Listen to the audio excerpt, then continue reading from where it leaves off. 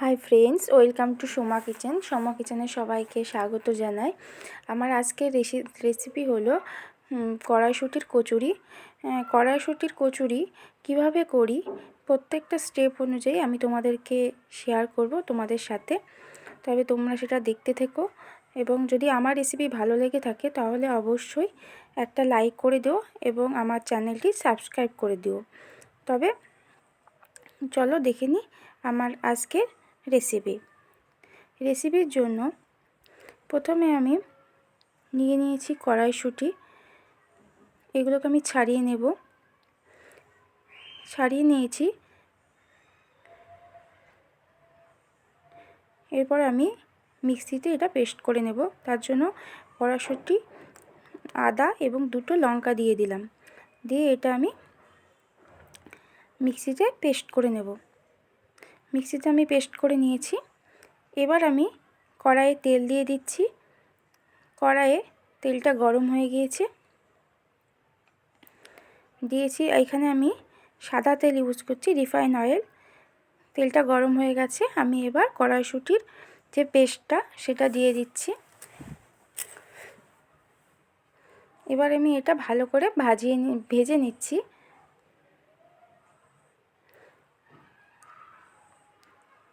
এর মধ্যে আমি একটু লবণ দিয়ে দিচ্ছি।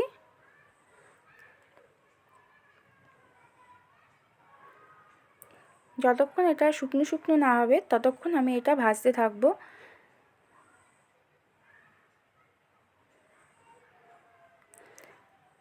দেখো আমার ভাজা এটা হয়ে গেছে।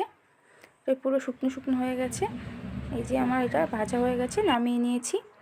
এবার আমি নিয়ে নিয়েছি এখানে 500 গ্রাম ময়দা। ময়দার মধ্যে ময়ামের জন্য আমি চিনি ইউজ করছি, দিচ্ছি লবণ 1 চামচ, আর দিচ্ছি রিফাইন্ড অয়েল। এবার এটা আমি ভালো করে ময়াম দিয়ে নিয়েছি। এবার আমি এটা ময়দাটা আস্তে আস্তে অল্প অল্প জল দিয়ে মাখতে থাকছি।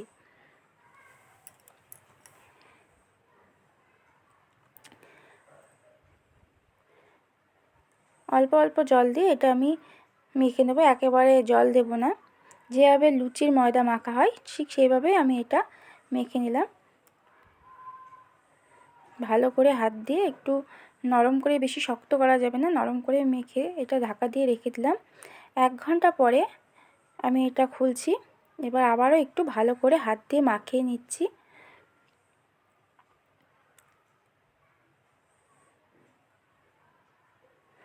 এরপর আমি লুচিতে যেমন লেচি করি সেই রকমই আমি এটা লেচি কেটে নিচ্ছি।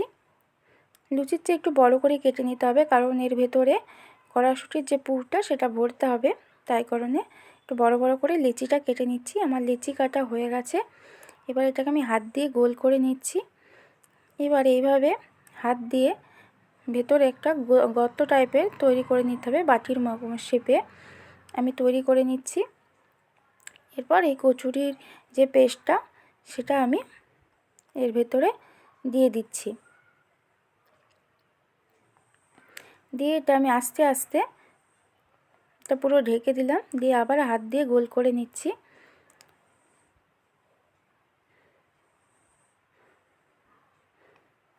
এভাবে আস্তে আস্তে আমি সবগুলোই তৈরি করে নিচ্ছি।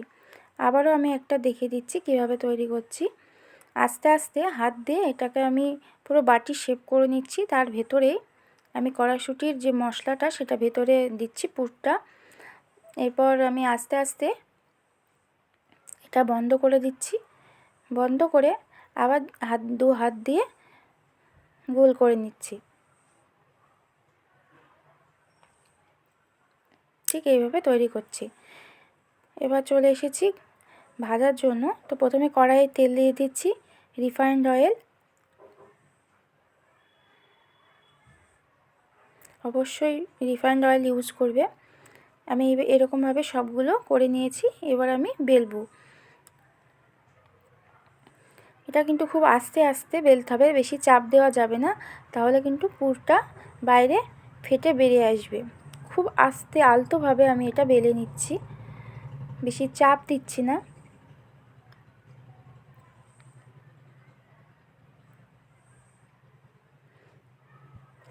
তেলটাও আমার গরম হয়ে গেছে। আমি ভাজার জন্য কড়াইয়ের তেলে দিয়ে দিলাম এটা। বেশি চাপ দেওয়া যাবে না, আস্তে আস্তে ঘোরাতে হবে। যদি সব ঠিকঠাক থাকে তাহলে অবশ্যই এটা ফুলবে।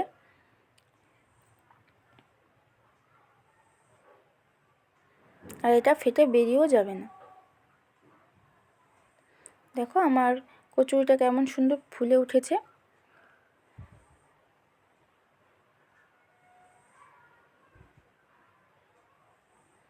একটু লাল লাল করে আমি ভেজে নিচ্ছি। আর ভাজা হয়ে গেছে, এবার আমি একটা পাত্রে এটা তুলে নিচ্ছি।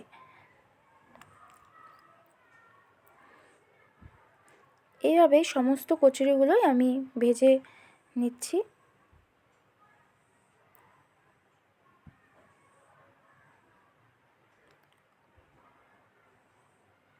এইভাবে অবশ্যই তোমরা বাড়িতে একবার বানিয়ে দেখবে, খুব সহজ একটা রেসিপি।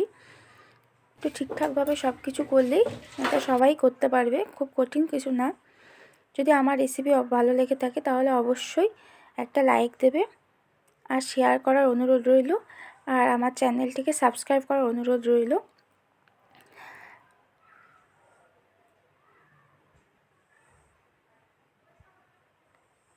আজকে এই পর্যন্তই। সবাই ভালো থাকবেন, সুস্থ থাকবেন। ধন্যবাদ।